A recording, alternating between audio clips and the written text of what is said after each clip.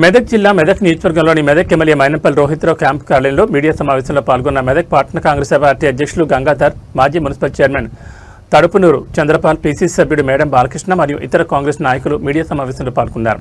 ఈ సందర్భంగా మెదక్ పట్టణ కాంగ్రెస్ పార్టీ నాయకులు గంగాధర్ మాట్లాడుతూ, ఖబర్దార్ మెదక్ మాజీ ఎమ్మెల్యే పద్మా దేవేందర్రెడ్డి మరియు దేవేందర్రెడ్డి మీ కబ్జాలను బయటపడే రోజులు తొందరలోనే బయటకు తీస్తామని, అదేవిధంగా ప్రశాంతంగా ఉన్న మెదక్ను గందరగోళం సృష్టిస్తున్నారని చూస్తున్నారని బీఆర్ఎస్ రాష్ట్ర నాయకులు దేవేందర్రెడ్డిని మరియు మెదక్ మాజీ ఎమ్మెల్యే పద్మా దేవేందర్రెడ్డిని మీడియా సమావేశంలో దుయ్యబట్టారు.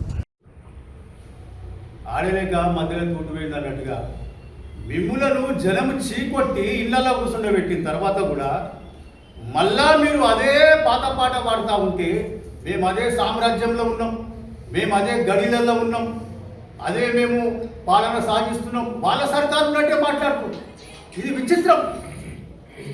ఒక పక్క ప్రజలు చీకొట్టి ఇళ్లలో కూర్చుండబెట్టి ఇక మీరు ఈ పాలనకు సరిపోరు, మీరు పనికిరారు, మీరు బేకార్గాలు అని చెప్పేసి ప్రజలు వాళ్ళని చీకొట్టి ఇళ్లలో కూర్చుండబెట్టిన తర్వాత కూడా ఇలా వేదికల మీదకి వచ్చి అక్కడ పబ్లిక్లోకి వచ్చి మీ ముంగడికి వచ్చి నాటకాలు చేస్తూ ఉన్నాం.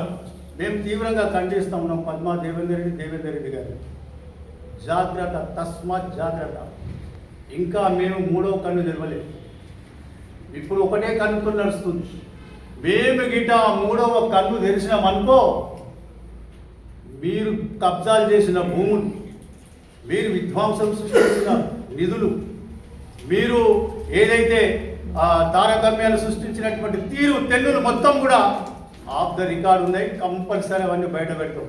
మీరు ప్రతిసారి వచ్చి ప్రశాంతంగా ఉన్న పట్టణం లోపల ఏదో అలగని సృష్టించాలని మీరు అనుకుంటే మాత్రం దీని వెనకాల ఇంకొక వ్యక్తి, అది మీరు బాగా గ్రహించాలి.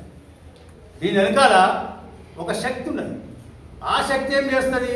వీళ్ళను అలా డ్రమ్స్ కొడతా ఉంటాడు ఆయన, వీళ్ళ ధ్యానం చేస్తూ ఉంటాడు. డ్రమ్స్ కొట్టుకోడు వేరున్నాడు, ఆ డ్రమ్స్ కూడా వలిగిపోతాయి. జాగ్రత్త.